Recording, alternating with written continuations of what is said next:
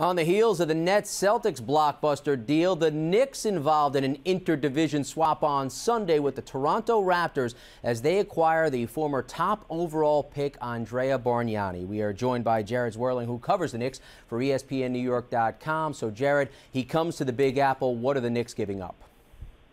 They're giving up Steve Novak and Marcus Camby and also a first-round pick in 2016.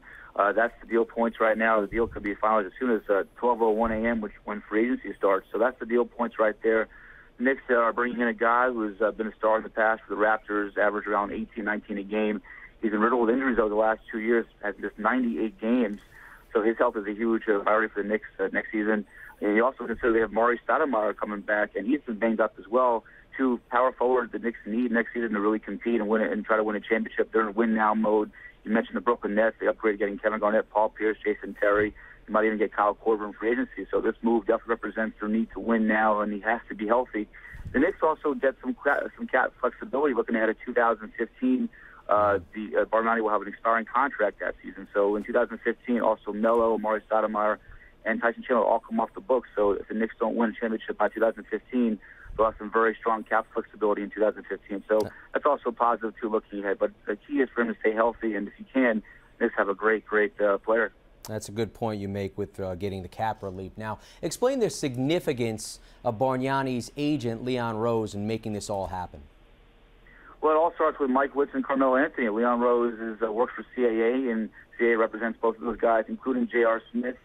They've been very well connected, and Bargnani is also a piece of that pie. And I think also, too, if you look ahead to free agency, another guy you might hear about is Aaron Brooks, who was just waived by the Houston Rockets, also represented by Leon Rose. The Knicks do like him.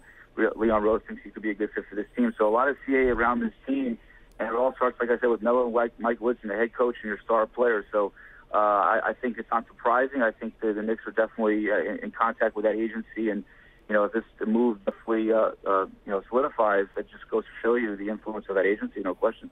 You mentioned the health of Mari Stoudemire, the health of Andrea Bargnani, both question marks heading into the next season. Let's assume they're both healthy. How does it work with regards to Bargnani, Stat, and Melo in a rotation?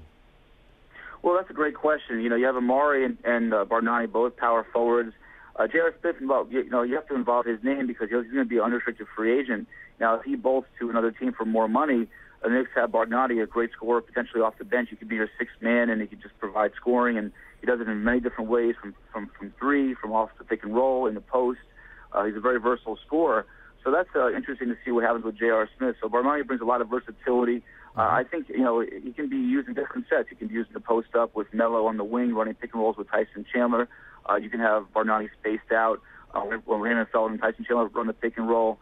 He's very good in transition. He's a pretty good runner, and he can, he's definitely mobile. And the Knicks definitely want to run more next season because they didn't do a great job of that last season. So his versatility is key. I think defensively is his biggest weakness. But if he can be surrounded by Chandler and potentially another backup big who's very good defensively, I think Bargnani can find his way on this team. So I like his versatility in many different ways, and the Knicks definitely need scoring and need great three-point shooting. And I think that's a huge priority for this team. So we'll see what happens. I'm pretty optimistic that if he can stay healthy, he'll be a big advantage for the team. Jared Zwerling covers the New York Knicks for ESPNNewYork.com. Jared, thanks for the insight. Anytime. Thanks for having me on. Again, the former top overall pick in the NBA draft, Andrea Bargnani, is a New York Knick. You can read more about this on ESPN.com. But with the latest ESPN headlines, I'm Jim Basquill.